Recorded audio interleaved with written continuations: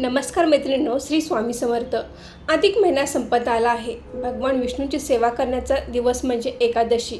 अधिक महिन्यातील कृष्ण पक्षातील एकादशी आली आहे. गुरुवारी 11 जूनला या एकादशीला कमला एकादशी किंवा परमा एकादशी असे म्हटले जाते.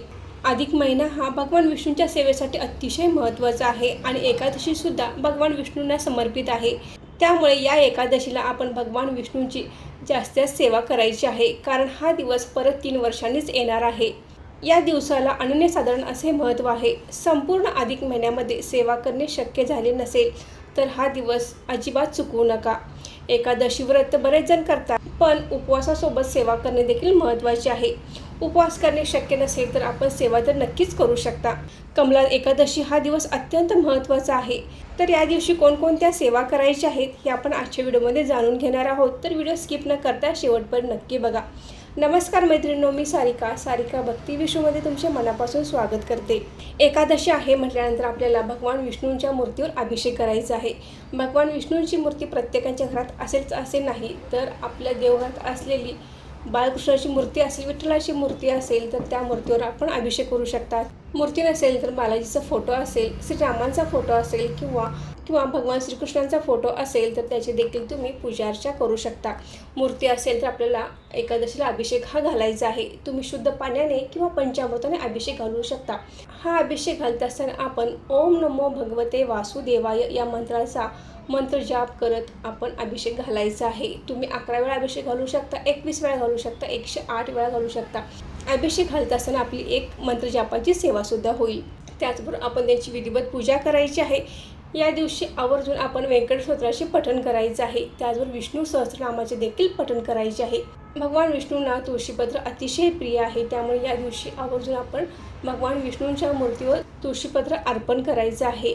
हे तुळशीपत्र तुम्ही विष्णू सहस्त्रनाम किंवा विष्णू सहस्रनामावलीचे पठण करत तुम्ही भगवान विष्णूंच्या मूर्तीवर तुळशीपत्र अर्पण करू शकता.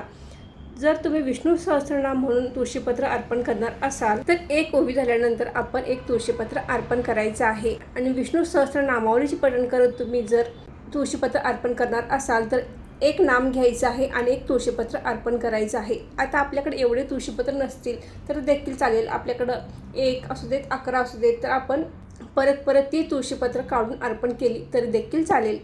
एकादशी आहे तर आपण एक महत्त्वाची सेवा करायची आहे. तर एकादशीला आपण संक्षिप्त भागवत ग्रंथाचे वाचन करायचं आहे. तर संक्षिप्त भागवत ग्रंथ हा अतिशय प्रभावी आहे. आपल्या कुटुंबाला जर पितृदोष असेल तर पितृदोषातून मुक्तीसाठी संक्षिप्त भागवत ग्रंथाचे वाचन एकादशीला करावे असे म्हटले जाते. तर या दिवशी आवर्जून आपण संक्षिप्त भागवत ग्रंथाचे वाचन करायचे आहे. संक्षिप्त भागवत ग्रंथ वाचण्यासाठी 2 तासाचा कालावधी लागतो. तर आपण 2 तासामध्ये म्हणजे एका बैठकीतच आपल्याला हा ग्रंथ वाचून काढायचा आहे. स्त्रियांनी तर आवर्जून या ग्रंथाचे वाचन करायचे आहे, कारण स्त्रियांना सासरचा आणि माहेरचा या दोन्ही पितृदोषाचा त्रास होत असतो. तर आपण याच एकादशीला नव्हे तर प्रत्येक एकादशीला आपण संक्षिप्त भागवत ग्रंथाचे वाचन जरूर करावे. त्याचबरोबर आपण या दिवशी गीतेचा 15वा अध्याय देखील वाचायचा आहे. एकादशी आहे आणि अधिक महिना संपत आला आहे, तर तुमच्या काही सेवा राहिल्या असतील तर त्या तुम्ही करू शकता. तर यामध्ये विष्णुयाग ही अतिशय प्रभावी सेवा आहे. तर या दिवशी विष्णुयागसुद्धा जरूर करावा. विष्णुयाग कसा करावा याचा व्हिडिओ मी अगोदर अपलोड केला आहे. तो व्हिडिओ बघून तुम्ही विष्णुयाग करू शकता. त्याचबरोबर सत्यनारायण अधिक महिन्यामध्ये दररोज करावे असे म्हटले जाते, पण आपल्याला कामातून हे शक्य झाले नसेल तर आपण एकादशी सत्यनारायण जरूर करू शकता. पण या दिवशी एकादशी व्रत असते तर आपण नैवेद्यामध्ये शिरा न बनवता साखरेचा किंवा खडीसाखरेचा नैवेद्य तुम्ही दाखवू शकता. अधिक महिन्यातील एकादशीला विशेष महत्त्व असते. तर आपण या दिवशी रात्री 12 वाजता 1 दिवसाचे व्यंकट स्तोत्राचे पठण करू शकता.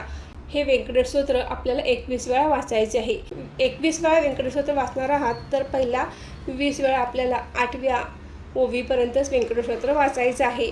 आणि ज्यावेळी तुम्ही शेवटच्या वेळी म्हणजे 21व्या वेळी व्यंकट स्तोत्र वाचता तेव्हा तुम्ही पूर्ण व्यंकट स्तोत्र वाचायचं आहे फलश्रुतीसहित. ही एकादशीची व्यंकट स्तोत्राची अतिशय प्रभावी सेवा या अधिक महिन्यात होईल.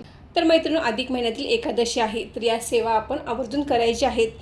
इतक्या सेवा आपण करतो तर आपल्याला फळ मिळत नाही, तर आपण सेवेमध्ये सातत्य ठेवायचं आहे. आपल्याला नक्कीच या सेवेचे फळ मिळते. ही अतिशय प्रभावी सेवा आहे. आता बरेच जण म्हणतील की आम्ही इतक्या सेवा करतो आणि आम्हाला काहीच फळ मिळत नाही. तर मैत्रिणींनो, आपण सेवा जरूर करावी. सेवा केल्याने कुणाचेच वाईट होत नाही, तर याचे फळ कधी ना कधीतरी मिळतेच. तर आजचा व्हिडिओ इथेच थांबवते. अशी माहिती कशी वाटली कमेंट करून नक्की सांगा. व्हिडिओ आवडल्यास व्हिडिओ लाईक करा, शेअर करा आणि सारिका भक्ती विश्व या यूट्यूब चॅनलला सबस्क्राईब करा. धन्यवाद.